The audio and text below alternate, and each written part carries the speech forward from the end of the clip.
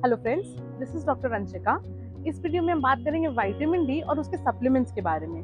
तो बेसिकली जब भी हम मार्केट में जाते हैं विटामिन डी के सप्लीमेंट्स लेने, तो हमेशा मार्केट में हम लोगों को दो तरह के सप्लीमेंट्स अवेलेबल होते हैं। एक होता है विटामिन डी टू, एक होता है विटामिन डी थ्री। अब विटामिन डी टू क्या है, विटामिन डी थ्री क्या है, वो दोनों में कौन ज़्यादा पोटेंट है, दोनों के सोर्सेज क्या हैं, इस वीडियो में बात करेंगे इनकी पोटेंसी, इनके बारे में। तो उसको जानने से पहले हम जानते हैं पहले विटामिन डी क्या है। तो बेसिकली विटामिन डी एक फैट सोल्यूबल विटामिन है जो कि हमारी बॉडी सिंथेसाइज भी करती है, और साथ ही साथ हम एक्सटर्नल सोर्सेज जैसे कि प्लांट बेस्ड सोर्स हो गया, एनिमल सोर्सेज हो गया, इससे भी कंज्यूम करते हैं। जो विटामिन डी है ये हमारी बॉडी में बोन बिल्डअप में हेल्प करता है, कैंसर सेल की ग्रोथ को रिड्यूस करता है, इन्फ्लेमेशन रिड्यूस करता है, इन्फेक्शन को भी कम करता है। अब हम बात करते हैं विटामिन डी के सोर्सेज की। तो विटामिन डी के जो सोर्सेज हैं, सबसे पहला तो है आपका नेचुरल सोर्स सनलाइट। भी आप सनलाइट से एक्सपोज होते हो तो सन की जो यूवी बी रेज है जब भी स्किन से आपके टच करेंगी तो विटामिन डी प्रोड्यूस होगा। उसके बाद हम बात करते हैं प्लांट बेस्ड सोर्सेज की। अब हम बात करते हैं एनिमल सोर्सेज का। कभी कभी ऐसा होता है कि विटामिन डी हम कंज्यूम करने के बाद भी हमारे जो विटामिन डी के लेवल्स होते हैं वो बॉडी में कम रह जाते हैं। उसके लिए हम सप्लीमेंट्स लेना स्टार्ट करते हैं। पर जब भी हम सप्लीमेंट लेने जाते हैं मार्केट में, तो एक आपको विटामिन डी टू सप्लीमेंट मिलता है, एक विटामिन डी थ्री मिलता है। अब विटामिन डी टू सप्लीमेंट क्या है?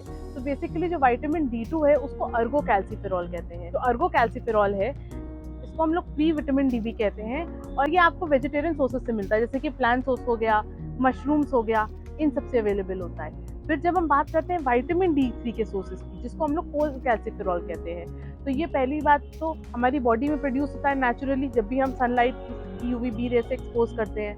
दूसरा होता है जब हम एनिमल सोर्सेज से सेल कंज्यूम करते हैं तो हमको कोल कैल्सिफेरॉल मिलता है, that is vitamin D three.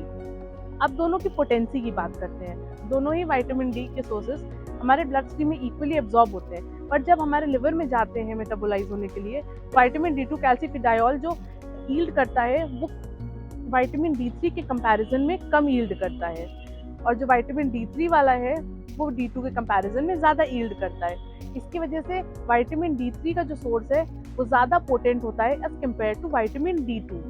अब हम इसकी डोसेज की बात करते हैं। अगर हम विटामिन डी ले रहे हैं एज अ सप्लीमेंट, तो हमें ध्यान रखना चाहिए for an adult 4000 international units per day से ज़्यादा एक्सीड ना करें। Thank you. Hello friends, this is doctor Anshika. इस वीडियो में हम बात करेंगे विटामिन डी और उसके सप्लीमेंट्स के बारे में।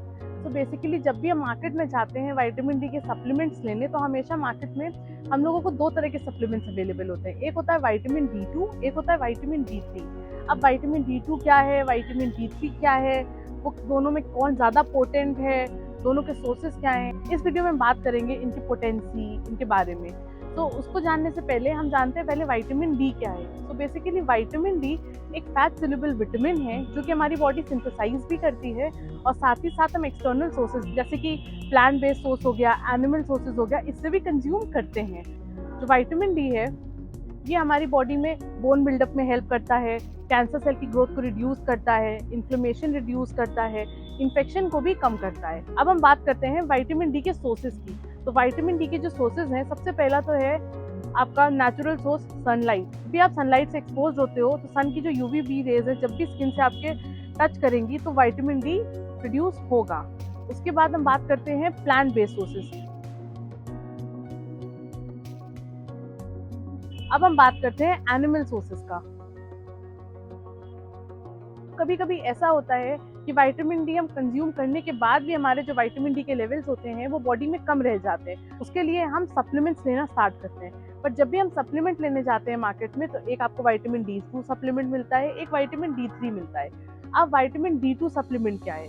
तो बेसिकली जो विटामिन डी टू है उसको अर्गो कैल्सिफेरॉल कहते हैं। जो अर्गो कैल्सिफेरॉल है इसको हम लोग प्री विटामिन डी भी कहते हैं, और ये आपको वेजिटेरियन सोर्सेज से मिलता है, जैसे कि प्लांट सोर्स हो गया, मशरूम्स हो गया, इन सबसे अवेलेबल होता है। फिर जब हम बात करते हैं विटामिन डी थ्री के सोर्सेज की, जिसको हम लोग कोल कैल्सिफेरॉल कहते हैं, तो ये पहली बात तो हमारी बॉडी में प्रोड्यूस होता है नेचुरली जब भी हम सनलाइट की यूवी बी रे से एक्सपोज करते हैं। दूसरा होता है जब हम एनिमल सोर्सेज से सेल कंज्यूम करते हैं तो हमको कोल कैल्सिफेरॉल मिलता है, that is vitamin D three. अब दोनों की पोटेंसी की बात करते हैं। दोनों ही विटामिन डी के सोर्सेज हमारे ब्लड स्ट्रीम में इक्वली एब्जॉर्ब होते हैं, पर जब हमारे लिवर में जाते हैं मेटाबोलाइज होने के लिए, विटामिन D2 कैल्सिफिडायोल जो यील्ड करता है वो विटामिन D3 के कंपैरिजन में कम यील्ड करता है, और जो विटामिन D3 वाला है वो D2 के कंपैरिजन में ज़्यादा यील्ड करता है। इसकी वजह से विटामिन D3 का जो सोर्स है वो ज़्यादा पोटेंट होता है as compare to vitamin D2। अब हम इसकी डोसेज की बात करते हैं। अगर हम विटामिन D ले रहे हैं एज अ सप्लीमेंट, तो हमें ध्यान रखना चाहिए for an adult 4000 international units per day से ज़्यादा एक्सीड ना करें। Thank you.